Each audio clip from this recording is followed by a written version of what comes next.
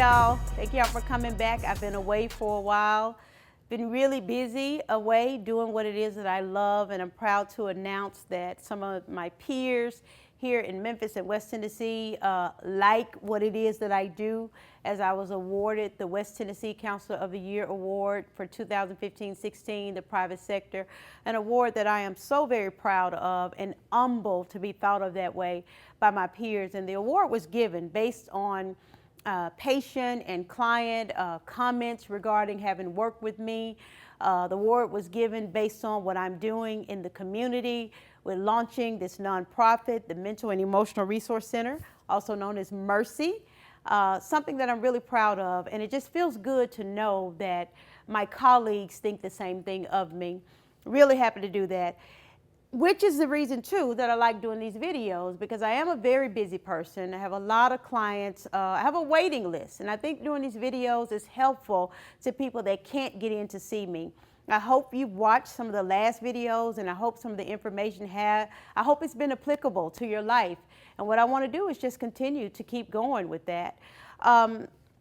I left off, I think, talking about what it means to survive. And we live in a society to where survival is complimented and is celebrated. And I think it's wonderful that we can survive. At the same time, I'm not sure if survival is enough. Survival is overrated, in my opinion, and it is very hard to do. My mind goes back to the Destiny's Child's video, and also the song, I'm a Survivor, a song that I love. I like the song a lot. But when I think about the backdrop and the scenery of that video, in a jungle with helicopters and sweat and camouflage, yes, they're surviving, but in my opinion, that's not really a way to live. I think in survival, while we can do it, we've been able to do it, there's also a lot of chaos. My hope is that we can get to a point that we thrive to where there is peace. What is it that we have to survive? I think, again, we have to survive the woundings of life. I think everybody has had some type of wounding, whether you were from a good home or whether, as Chip Dodd says, whether you were from an impaired home. Something somewhere happened to us. It happened, and we had to figure out a way to deal with what happened.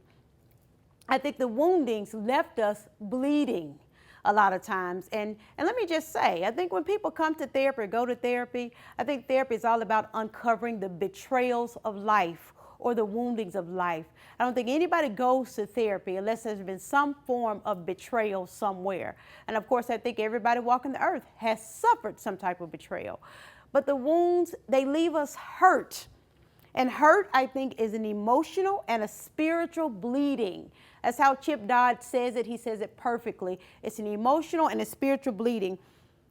At the same time, it's an emotion that's very shameful. People don't like to admit that they've been hurt, because if I admit that I've been hurt, then what I'm saying is, you got to me. And I don't want to give anybody that power to be able to say that they got to me. At the same time, it's the truth. If somebody hurt you guys, they hurt you. And you have to attend to the way that they hurt you. And it's sad that we minimize hurt, because hurt is so very severe. It's severe because we describe it in ways that are very violent.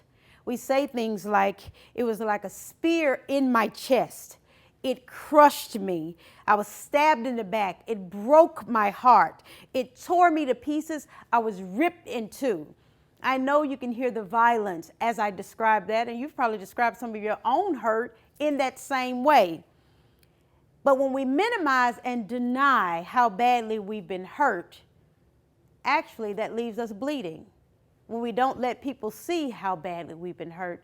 And I do believe if the people that love and care about us cannot or will not acknowledge how we've been wounded, I think it's even worse than when we got the injury in the beginning. If I have to hide my hurt, and I think a lot of us do, we have no choice but to produce self-pity.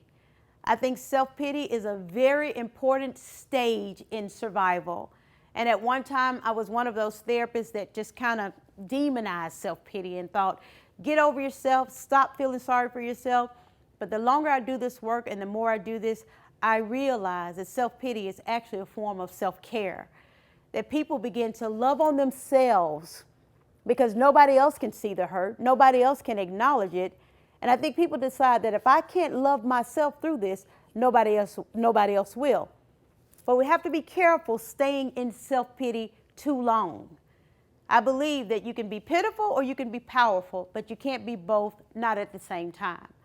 I think as a result of surviving such violent ways, mentally and emotionally, somehow power needs to be produced.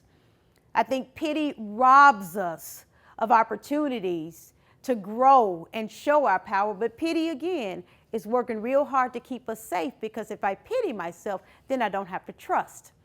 If I pity myself, I don't have to really try, because I've already talked myself out of, this is not going to work anyway. I'm just going to be hurt again anyway. I'm going to be let down anyway. Pity is trying to keep me from being hurt. It's trying to take care of me. But at some point, we have to figure out, how do I turn that pity into power and realize that if I made it through this, and this, whatever else is coming, I should be able to make it through that as well. Survival is wonderful, it really is, but I just don't want we as a people to stay in that mode, because it is so hard to do. I think sometimes survival embodies manipulation a lot of times. I think it embodies getting over on people, because we got to do what we got to do to make it happen. I got to do what I got to do to get through things. At some point, I don't know if we need to continue to use our woundings to get what we need. I think we need to get to a point that we have enough power and resilience and wherewithal to get where we need to get and stay there and progress even further. I think survival just puts us in situations over and over again that we're constantly having to survive. And I guess the question that I'm asking is, at what point do we get tired of surviving?